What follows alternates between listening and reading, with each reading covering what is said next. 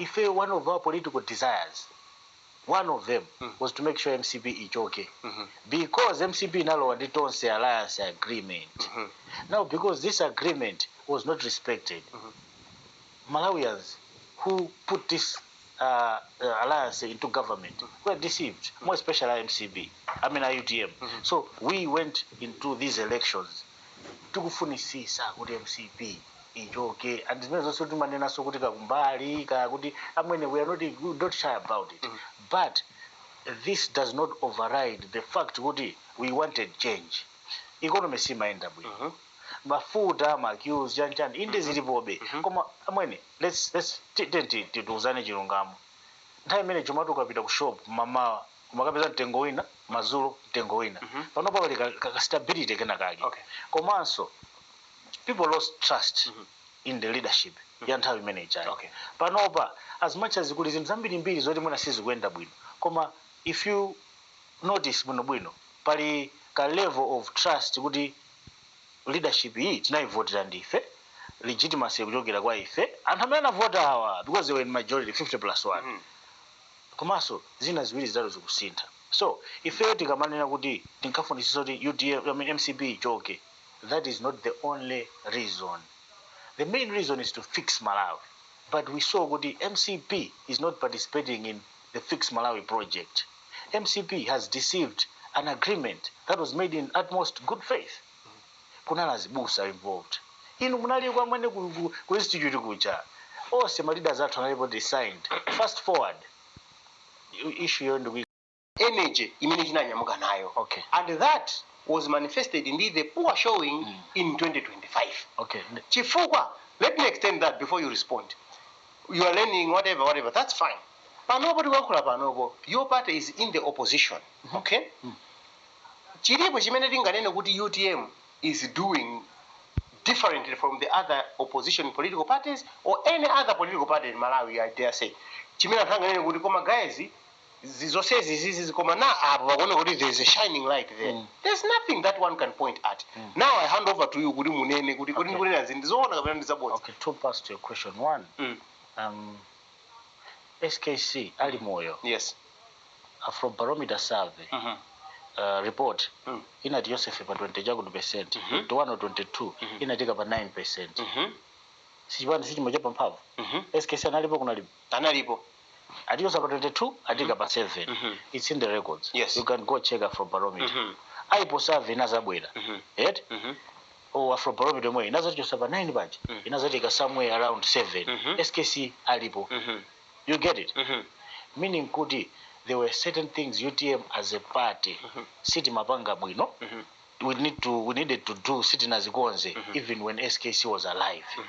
So when DK came, DK anachipeza advantage chisali pa 22 chili majani ma 7. You get it? Fast forward my results atunda wao.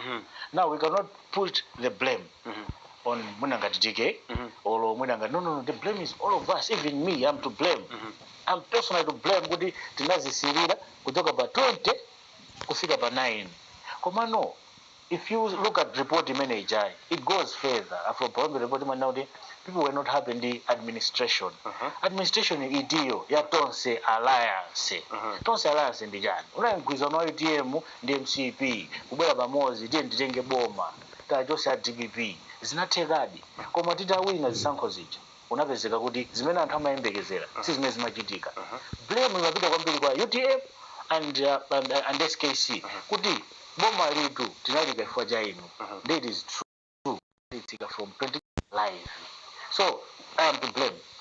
Alias UTM, we are all to blame because there were things that we were supposed to do sitting a bank. Diga anabwerano ndi anthu ose abwera at that time. But now, after my elections, presidential elections sinapange perform bwino. Koma look at the parliamentary elections. Tachoka ba 4 MPs, kufika ba 8 MPs, 9 MPs, no, but 9 MPs. So it would be foolish of us not to learn from the past. It would be foolish of us to ignore reality. Kuti my elections are sinapange perform bwino. Sinapange perform bwino. We don't like the results. Komano, those results do not define UTM. They don't define us. The future will give us our place. we can leave the future to the future. Ine ndikufuna ndikambe zimene ndikuziona panopo chifukwa chanena kuti the future yoyo ikhoza pangidwa inform ndi zimene zikuchitika panopo. Exactly. As we are talking panopo, yes, ineyo mundikonze ngati sindikuona bwino koma sindikuona chachiyendo chimene UTM ikuchita chionero kuti ngane kuti the bright is very future. I mean that the future is very bright. Okay, one. This is. It's not positioning itself Yes. as a hope to the country. No, it is. Wait. Tavotado is September. This is July. Almost 9 months. I mean, even if you look at administration, this is their first budget. First budget. First budget. Even kuma constituency goes. Kulibero constituency mozi from Sanje to Jitipa. Yabangapo activity with regards to CDF. Why? Parliament reforms are many akubanga. Now, UTM, what are we doing different from all these political parties? One, we are in the August House as UTM. If you follow my contributions to say, I am a member of Parliament at UTM. We are objective. To point out my weaknesses, my policies, to guidance. We're giving constructive criticism for government. But at the same time, UTM, we realize the fact that we are 9 months away from Zisanko. And these guys, the administration in Danyuan, we have got yes. UTM Panova, we are busy also, asking ourselves important questions. Questions we might choose to say good night for Sunday is easy. No. Internally to UTM good mobile new. There's a meeting, Mukuzokana meeting in Japan. Purpose good to Mama Sugirana.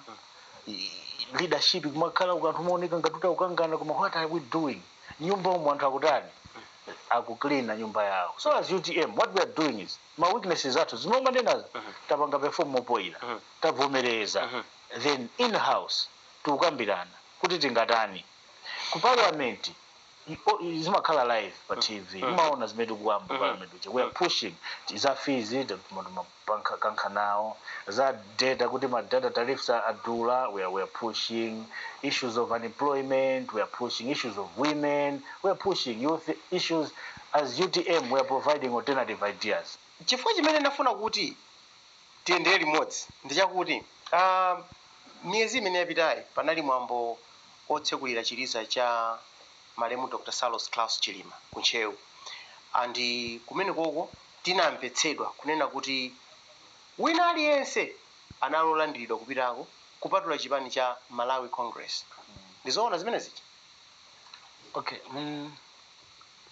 I think because ndizoona because statement imene inachoka kwa National Publicity Secretary wathu. Yes. So I think tivomereze anthu ambiri a UTM emotionally zikafika ku nkhani ya SKC 10 June. Anthu ambiri a UTM amakhala ndi ma emotions are negative towards MCP for obvious reasons. Iwe uli Malawi muno ukuziwa. Malawi ali divided into two. Kula anthu ena amakhulupirira kuti no meja nayo ngozi. And ndizi zifukwa zawo zomveka sabwinobwino. And we respect my views awo. Paliso gulu lina lima khulupirira kuti no ngozi ija panali zina ali ndi zikhulupiriro zawo anthu leti kuti no mwina ngozi ija ilo factor chifukwa chani kumene tikuchokera ndi ndale zathu. Kukumbuka ndakamboti nanditose alliance. Yes. Anthu tinaenda bwinobwino mwachikondi nonse munali moyo palibe wabadwa zana apa munali moyo ku institute kuja tikusayinirana tonse alliance tinakalowa mboma koma talowa mboma zinthu zinaenda mosiyana. Ndi anthu a UTM mene anatreatedwira SKC ndizapeza kuti zakathera ku 10 June ambiri amaganiza foul play. So ambiri a UTM statement manager imachokera ku space manager. Yes. So because I'm thinking that Mwayankha ndiye ndikufuna ndipange follow up. There's something important that I want us to discuss, and I hope you are going to be objective enough. Poyamba, it makes sense. Any death or anything at all they suspect foul play. Or you about murango gwa. Aga ifetika lo watu ifeto. Ngakali kuti sana kubayani kugwirani. So it's normal for people to suspect foul play. That's fine. and as a nation we are entitled kuti tikhulupirire chimene tikukhulupirira malinga ndi mmene tikuonera aliyense amapanga assessment yake awa bwanji anateri awa bwanji anateri bwanji uyo amatuluka mmene zimachitika bwanji uyo amalowa ndi udindo wa ndani kuti ifeyo ngati Amalawi tilunzane pa nkhani imeneyi. Okay, so ndi udindo wa ndani. Yes, okay. Because pakoneka kuti pali kukanuka ngati mmene ndani kuti pagula awiri. Okay. Now ukumbukira nthawi chana kuzoti UTM. A day is coming. We're going to have a president. Yes. Who will come from UTM. Yes. The president is going to have UTM ideologies. Yes. Now UTM. You is united. Yes. There's a condition. In my view. You know, I might be wrong. Come on, this is an idea I hold. There's one condition. UTM must make sure they make peace and reconcile beyond political parties, beyond political affiliations, which includes reconciling and making peace in the MCB. That is the only way. One of the things that are necessary for UTM to grow and UTM to strive as UTM, because in the united. Who are we uniting? We are uniting people with different political backgrounds. We are uniting people with different religious backgrounds. So, ntchito ya ifeyo as UTM is to make sure kuti 10 June inachitika ineyo ngati apa panopa on this interview. Sorry, we cannot discuss that 10 June because there's a public inquiry. Yeah, sure, we cannot. And then I'm a member of parliament. I'm also a commissioner, so this one can contradict. Yeah, sure. However, no matter the outcome, ifeyo guys, it is UTM, guys, it is we have to accept it. Even if the report says kuti SKC anaphedwadi. Yes. Anapandi mwina kuli theory nongonena. But beyond everything, yes, we have a responsibility as UTM to unite Malawi, including uniting MCP with a bigger picture. Do you approve of what happened kunchewu kuja kunena kuti awasiri kufuna abwere? Do you personally approve? No, if a party makes a statement, if a party has a position, every member of the party, I'm a follow position manager. Good. So in this specific decision, I align with the party. Here is a party that wants to rule Malawi, holding, let's call it a grudge for lack of a better term, with one of the what I would consider major parties in Malawi, the Malawi Congress Party, to the extent yonena kuti musabwere nawo ukutukachita izi awo ndi awabwere awasabwere nawo. And this is a party that hopes to lead this country tawina yake ntsogolo. When it is openly showing hostility kuchipani china atsogoleri achipani, you are the director of youth, not and the UTM is the youth. It's a youthful party. Okay. You are sitting here. Kunena kuti I know the party said that, and in align with the party. The party made a decision to deliberately discriminate against a certain political party. Our asabwere. Now, chipani mecho Amalawi azachikhulupirire. Tsopano anthu amene mamembala a Malawi Congress Party aziganiza motani kuti kodi UTM ikadzakhala pampando kumene sazikona iwo adzakhala potani. Okay. Tisanamizani. If as UTM minute mapita statement itainena anthu ena zawo, but I'll repeat this statement. If as UTM minute mapita kusankho 2025, we had objectives. If it maziwa where we are standing, if one of our political desires, one of them was to make sure MCB is okay, because MCB nalo nditonse alliance agreement. Now, because this agreement was not respected, Malawians who put this alliance into government were deceived, more especially MCB, UTM. So we went into these elections tikufunisisa kuti MCB is okay, and also to manena so kuti kakumbali kuti amwene we are not shy about it. But this does not override the fact kuti we wanted change. Economy simaenda bwino. Mafuta macues janchani inde zilipobe koma amwene let's tituzane chilungamo.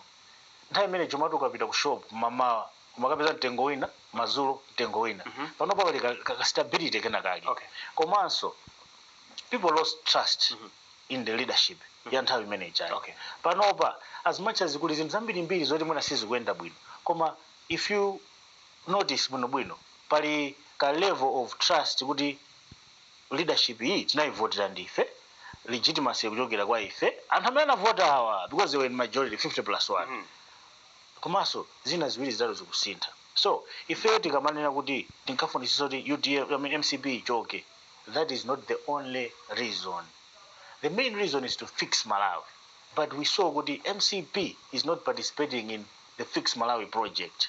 MCP has deceived an agreement that was made in utmost good faith. Kunala zibusa involved. Inu munali kwa mwene ku institute kucha. Ose ma leaders athu analipo designed. Fast forward. Issue yo ndikuikambaso. We must move forward. If as UTM, it's going to take time. No. That was an opportunity. Which one? It was an opportunity. It is not the last day. That was an opportunity for UTM to say, "Good, you know what, guys? You know, Uncle Amina Marirava, Nimagaikira, you had a hand. Koma ino ni mbali wanga. So tikala tija koma say, don't think kuti for ndagolo DJ remote ababa ndekuti ndakukhulukira kapena ndayiwala izizi singawe unachita zoipa iwe ndiwe munthu oipa koma bwera tija. That was an opportunity. UTM failed to use that opportunity. UTM inakatenga anthu onena kuti even kale simba anaona ngati ndani munakatenga munthu wa MCP azikhala ndi maganizo otani kuti UTM ikadzakhala pampando. If you are doing that, opposition knows now give those people the power to rule this nation. What hope is there for this nation?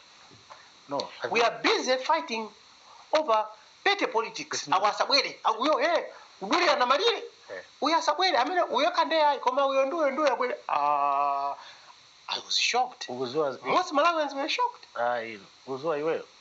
Ukuzuma oneka baba kuti you are being objective. Kuzooneka kuti dolo kuona kuti aya objective tamanina upanga chikomase. You know, human beings are emotional. We can all of us choose to say kuti mwene, you know, you have to be objective, logic. There comes a time when some emotions override logic, and UTM supporters and a lot of Malawians have reacted emotionally towards the death of SKC. Yes, time will tell, time will heal wounds, but whether you like it or not, we don't have to hold hands in the MCP to show you that we are mature. We don't have to be hugging with MCP to show you that we are mature.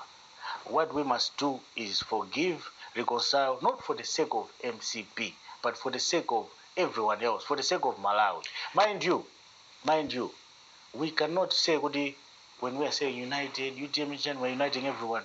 We are not uniting on the basis we are diluting certain principles that put Malawi first at the expense of principles that put individuals first. We are uniting for the greater good. And mistakes will be made, even in this program. It doesn't mean it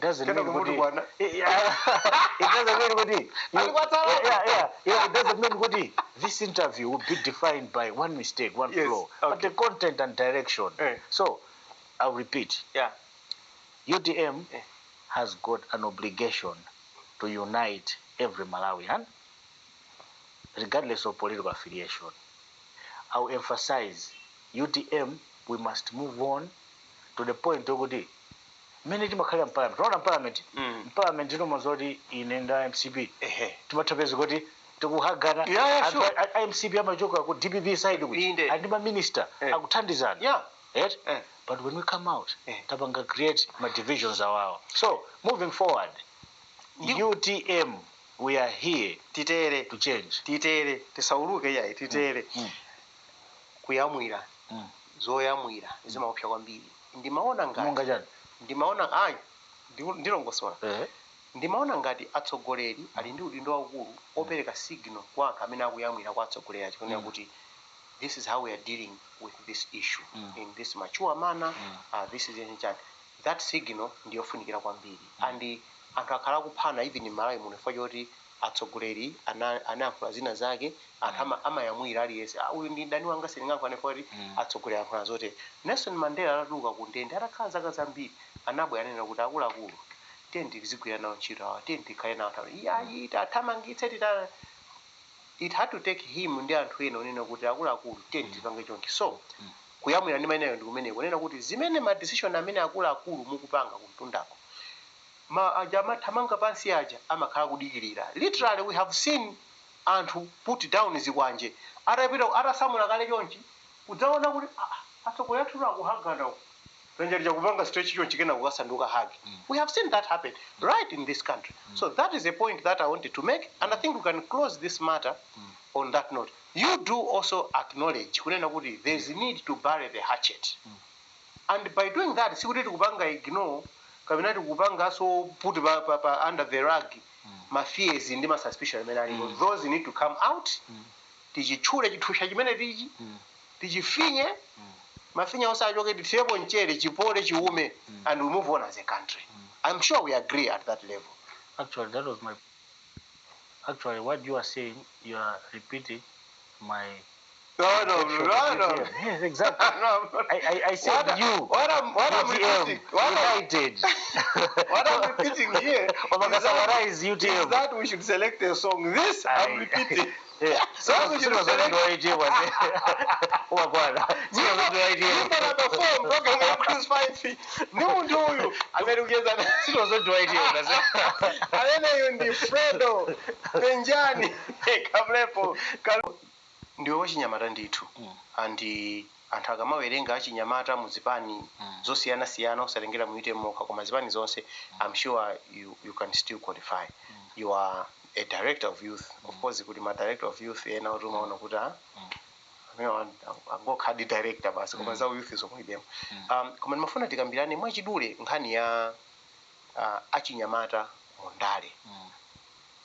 Ndimaona ngati kuona kwanga nimaona ngati achinyamata amaopa kulowa ndale and for some reason anthu amaona ngati ndale ndi zanthu akuluakulu okhaokha, which is ironic chifukwa chonena kuti dziko la Malawi amene achulukira ndi achinyamata ndipo ma decision onse amene anthu andale amapanga affect achinyamata and anthu odandaula kwambiri olira kwambiri ndi achinyamata. Just go pa social media panopo muona kuti achinyamata akubangula usati masewera yayi, and yet the same achinyamata don't want kuti akatenge maudindo.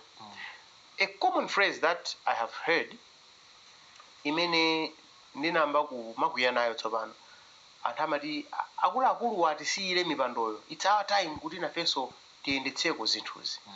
I don't believe that time will ever come. Power is sweet, money is sweet. Palibe munthu ngakhale nkhalamba yoti kuyenda ndi ndodo chonchi chimene nganene kuti ineyo willingly ndazisiya izizi iwe bwera zakhala alipo koma ndiwochepa kwambiri. What makes young people believe kuti one day they wake up and realize kuti anthu akuluakulu onse asiya unduna, asiya achinyamata, asiya zipani, asiya achinyamata? I don't know where they get that inspiration from, but it's never going to happen. So I wanted to hear from you because you seem to have crossed that line. You say okay, ineyo ndikanakhala maimba nyimbo zodzudzula and munthu wamvera akanatha kusintha by listening to your music, but you said okay, let me step in and do this. What is your assessment? What is your comment on this issue? I think two things. It is true kuti achinyamata mbiri ali ndi negative attitude towards politics. Komano mwina it's because mwina so many politics taipangira define over time, right? Ma political players ambiri anapeleka outlook yolakwika ya politics. If you look at politics, kuti the space yokuti we participate in policy making, law making, decision making, making decisions kuti chituko chipite uku ichisapite uku, you get to realize kuti achinyamata must be in the forefront. Because achinyamata ambiri we are ambitious. Through technology, social media, the digital world has exposed us because so also comfort, my sacrifices, politics requires you to make certain sacrifices. Yes. Anyamata mbiri they are not ready.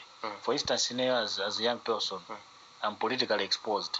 Meaning kuti my businesses, but my business ina sininga bangi. Yes. After UMP pali ntchito zina siningata because I'm politically exposed. How are you doing amene uchi? Niwandale amene. Exactly. So my stumbling blocks a participation ya youth, they are systematic, komanso psychological.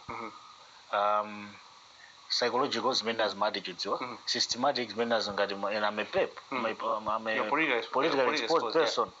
Ndikamafira mafomu ena ake ndikuenda kufira ndikuti opportunity pese singabwere kwa ine. So there are sacrifices we make as young people in politics. Okuti knowingly and unknowingly youth ina siri ready. Okay. Komano chinaso in addition I think mafana ambiri they are also cowards. Amayankhula kwambiri. Upezi mfana social media, Facebook. They are afraid what are you doing kudera kwako iwe? Even before I was an MP, mapanga nazopanga mabridge, zokonza nawo misewu using my resources athu. So we need more of young people who are bold enough to say kuti timanga nawo izizi. Komano chandisangalatsa nchoti panopa my elections at 2025 youth ambiri alowa as councillors, komanso as members of parliament. Komanso number imeneyo tipanga increase 2030. Okay. Lastly, you know Mulungu ali ndi njira zake. Mwana zimene zochitika South Africa. Mona? Zochitika South Africa. Youth yathu ikufunisisa kwa South Africa kuma South Africa kwathamangisa. There's a trumpet that is blowing there. Pitani kwanu. Ena kuimva, ena mapanga magano sana imve kuma trumpet is blowing. It is blowing. De kuipa kwa trumpet ndi do or die.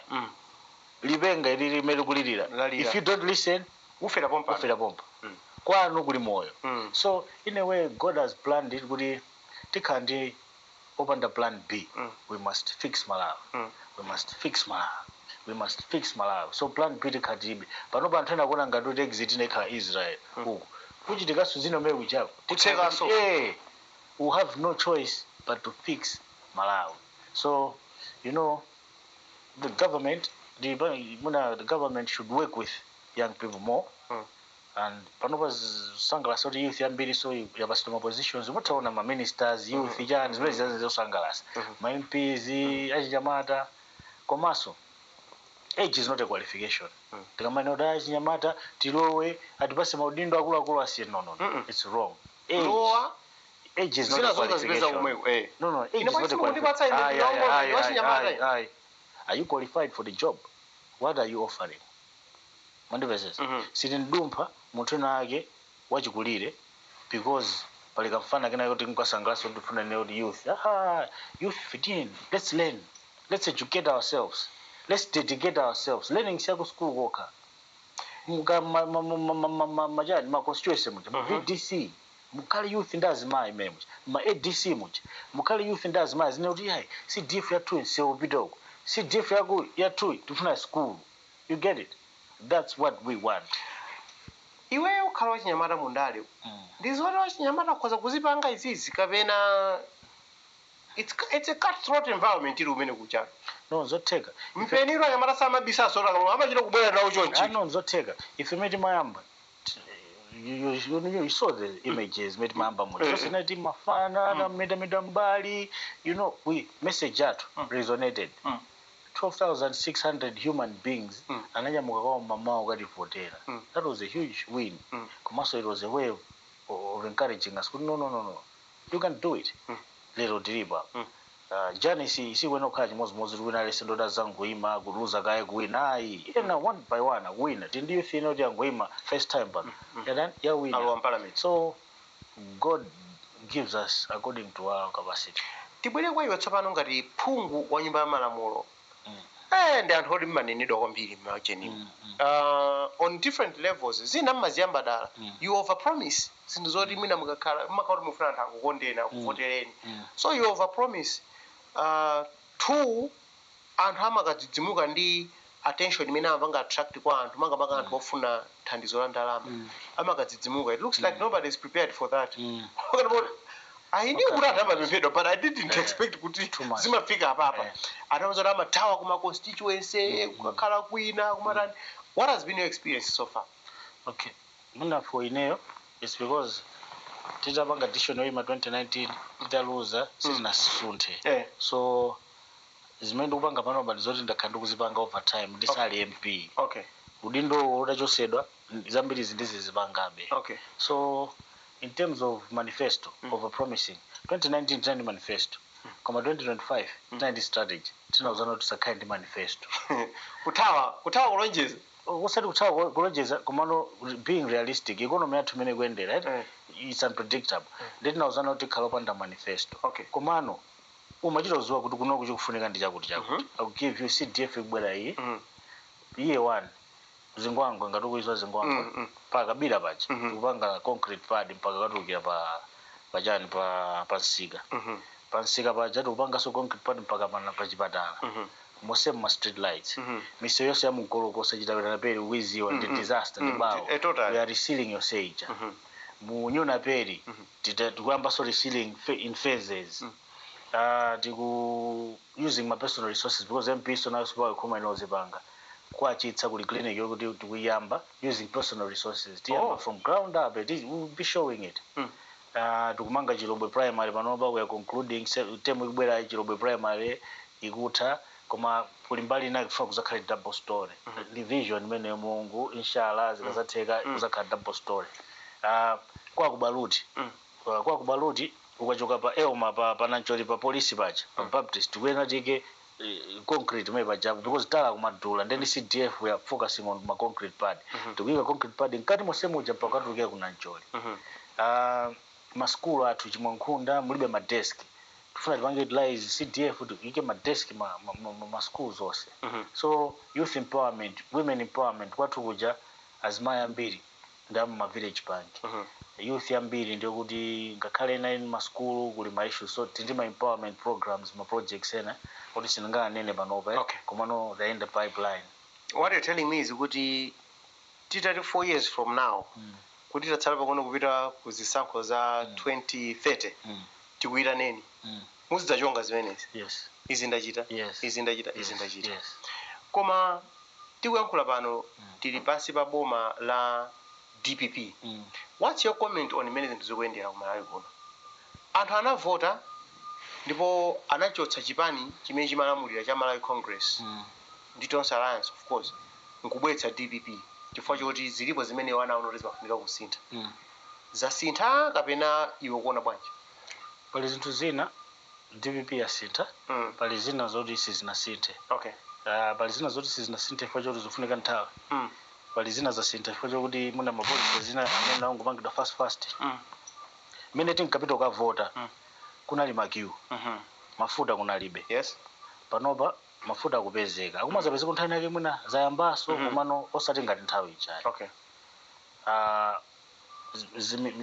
zinyamani za ma prices a katundu nthawi imene chomati mamawa ukapeza ujeni sopo mtengo wina masana mtengo wina mazulo mtengo wina olo cement imwe tinalibe Malawi muno so pali zinthu zina zing'ono zoti tikozokuona kuti chakuti chasintha komanso pali zinthu zina zoti tisanamizane ngati forex ndi ishube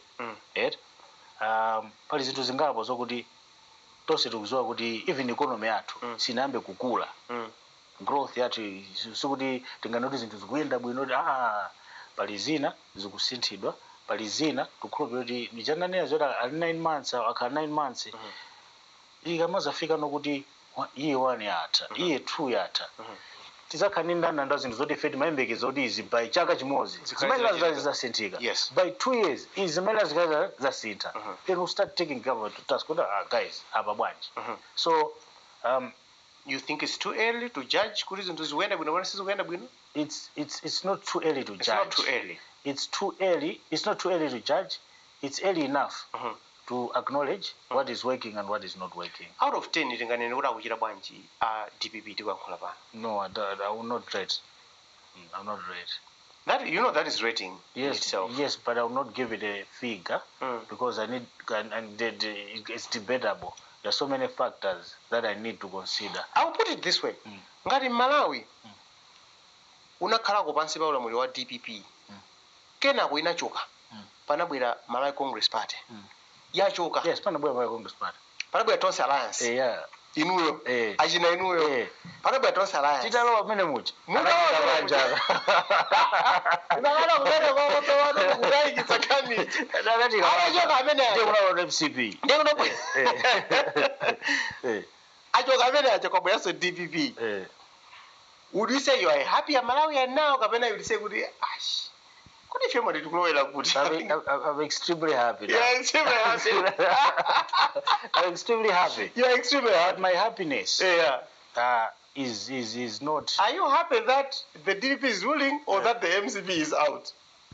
I'm happy because we've got an environment that is not as toxic as it was time MCP. Okay, yeah, I acknowledge there's so much that needs to be addressed. Okay. I acknowledge, Nabanga acknowledge. Okay, but you know, it's not hatred, and this it has got nothing to do with 10 June, just yeah, but there was executive arrogance in Age, stubbornness in Age, and to anaiwala kuti presidents come and go, they go, and anaiwala kuti administrations come and go, governments come and go. Now, DPP, we also pray and hope good DPP have learned their lessons. The same way Madifuna IUTM, maybe the 200, have we learned our lessons? We hope so. Okay. So we hope they've learned from MCP. I am a president of MCP, Dr. Lazarus McCarthy Jagwera. Arakhala panopo. Iniyo kucheza nawo. Mkoza kwauza kuti yani. You should have honored the agreement. You should have honored the agreement. You should have honored the agreement. You should have honored the agreement. Tinkanena anatsemya si ankakunamiza noti UTM ni moto wa mapesi jani, but we made it together. We made it together. Tinkanena anatsemya you should have honored the agreement. Now honoring the agreement antumona ngati kwamba maybe pando ina ipite ku no honoring the agreement meant kumawati mene kani ma mega farms zoti kwaona. Honoring the agreement meant kuti kumawati 1 million jobs mene pangide created in 5 years. Honoring the agreement meant kuti passport meloka for 14,000 kwacha, or if not 14,000 kwacha, just bwinobwino kumantazita kuipeza. Honoring the agreement meant kuti connection ya water board in Eskom ikale free of charge. Honoring the agreement meant kuti naye kama manifestos athu ose pamodzi kuti apanga implement zimene muzoti simungozoti zipanga bwanji mmene namutifusa ITM kuti mwanazipanga bwanji. You should have honored the agreement. But we are not bitter because God has dealt you the best way possible. We believe you are wiser. We are not bitter. So I'm assuming you are him. We are not bitter with you. We wish you well. Masomphenya anu pandale ndotani mafuna utakhala kumtsogoleri wa dziko lino. Okay, ujeni ineyo I'll go as far as God sends me to go. So God has sent me to parliament. Now I'll embrace that. That's my vision. My vision is to align with God's plan. So God has sent me to parliament. Meaning me to parliament, I thought God has just sent me to be an MP. But when I got there, God told me, no, I also sent you here to be a commissioner. So I don't know what lies ahead. God can choose whether you be a principal Kudomasi. If he sends me, I must align. So my political ambition is to be a person who participates in governance ya Malawi, a person who participates could be a teacher, a clinical officer, a policeman, a policewoman, whoever gives their service to Malawi should feel that it was worth it. No one will be a permanent youth. Even you and I started, we knew each other. Time of fun and time to grow. No one is a permanent youth. Mind you, even our youth, they will not be youth in years to come. So, what I want is to align with God's plan with my participation and role as a vessel. Mawu maliza kwa nyamata kapena mtsikana amene akuopa kulowa ndale chifukwa yense akupanga observe kuti ndimamva izi ndimaona izo. You have joined the fray, you are in it, and mene mukuneneramu maso anu ali paphezu ndikapike pamene. Kwa youth wina aliyese amene akuopa mpasa mawu atatu. Okay. One, osaopa. Osaopa. You know, kaya mukumana ndi challenges otani kwanuko kamuzibani osaopa. Komanso as you are pursuing your goals, osatopa. Because sikadzakokha kuopa kutani kulawula. Musatope, you face challenges, you lose, you fall kwa musatope. Komanso osafoka kazivuta zotani.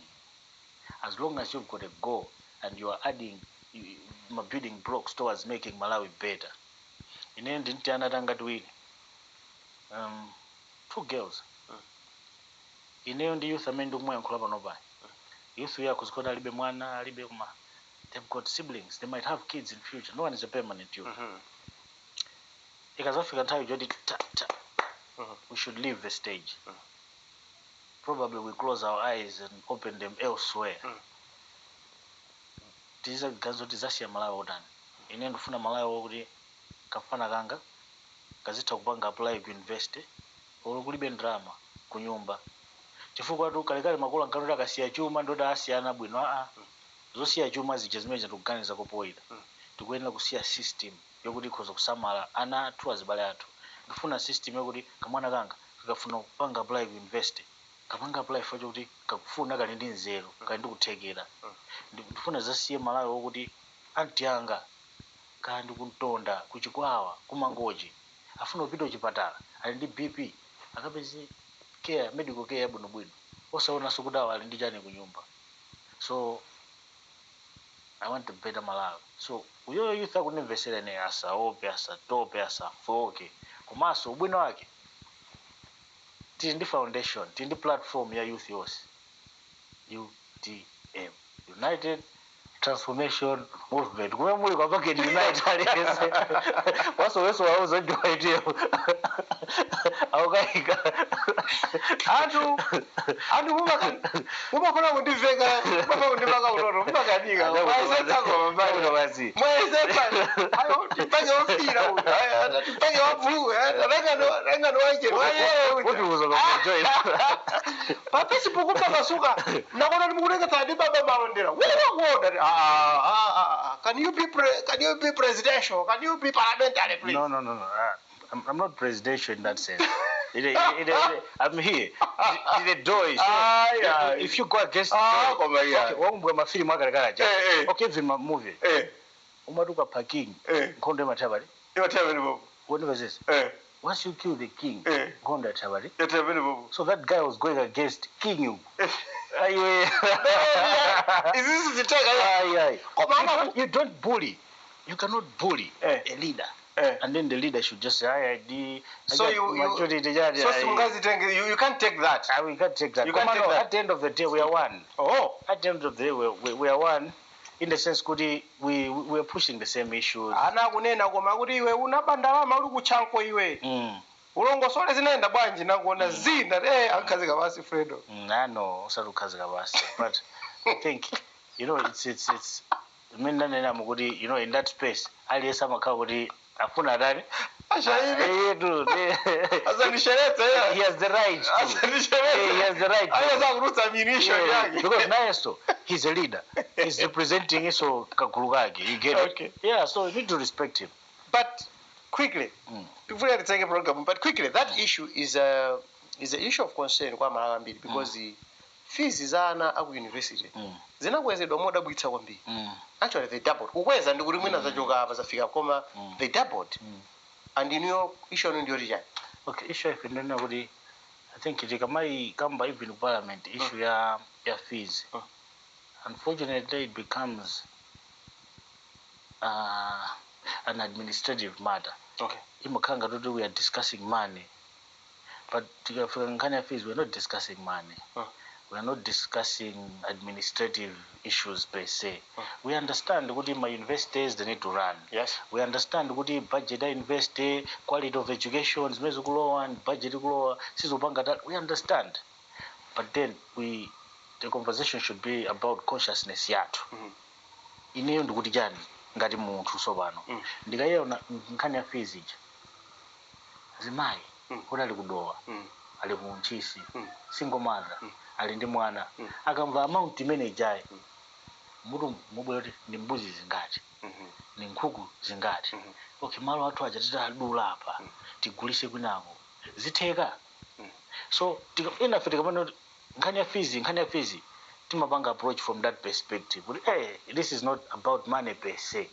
See, it's not an administrative conversation. But hey, policies, budgets, consciousness yatu as a country.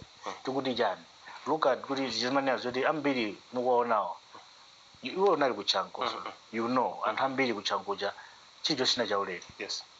And hoku chanko ambiri. Ntai manage even tissue mabasi do toilet paper. Meaning the government was even sponsoring someone to go to toilet. Universities, Panoba, nothing. Now, Anna Jamal is a school. What's happening? We are not saying good we are manufacturing, employees. No.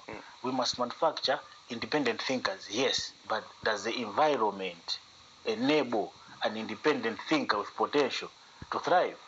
So conversation here is deeper and tingaimalize program here. Yes. Pula anthu ena so ndi zambiri zoti akuzonera zoti even the first kuziwa panopa iwende sitingaziganizire. Exactly. You how tough it is to run a university ndi ndama zimene kulolera pano. Yes, kuma at the end of the day mukandonesa mafigure aja. Okay. Mukandonesa zonse zija. Mukakhala pasi. Who are we discussing? Munthu. Consciousness yathu kuti jani. We have to wind up our conversation with Fredokis Penjani Kamlepo Kalua. Otherwise, this program will never end. I've got a set of questions which I'd like to ask you, to which you can only answer yes or no. But first, I want you to tell me your full name. What's your full name? Fredo Penjani Kamlepo Kalua. Do you have any tattoos? Yes. Do you have any piercings? No. Do you have yes, piercings, yes. You've got piercings? Yes. But you don't wear earrings anymore? I stopped, yes. You stopped? I used to. But you have piercings? Yes. Do you have children? Yes. Have you ever shot a gun? Yes. Have you ever held a gun in your hand? Yes. Have you cried over someone? No. Have you yes, a funeral. At a funeral? Yes. Have you fallen in love before? Yes. Are you in love? Yes. Have you killed a chicken before? Yes. Have you killed a goat before? No. Have you killed a cow before? No. Have you gotten into a fight before? Yes. Have you gotten any surgeries? No. Have you ever been hospitalized? Yes. Have you donated blood? Yes. Do you know your blood group? No. Have you ever smoked weed? No. Would you smoke weed? No. Have you ever drunk alcohol? Yes. Do you drink alcohol? Yes. Have you broken someone's heart? Yes. Have you had a crush on someone? Yes. Do you want to be president of Malawi? God knows. I'm not sure. Thank you so much for your time. Thank you so much for your time. And thanks for answering the last question. I see. Kumbukirani kupanga subscribe pano pa Bakili Muluzi News TV kuti muzilandira nkhani zosiyanasiyana.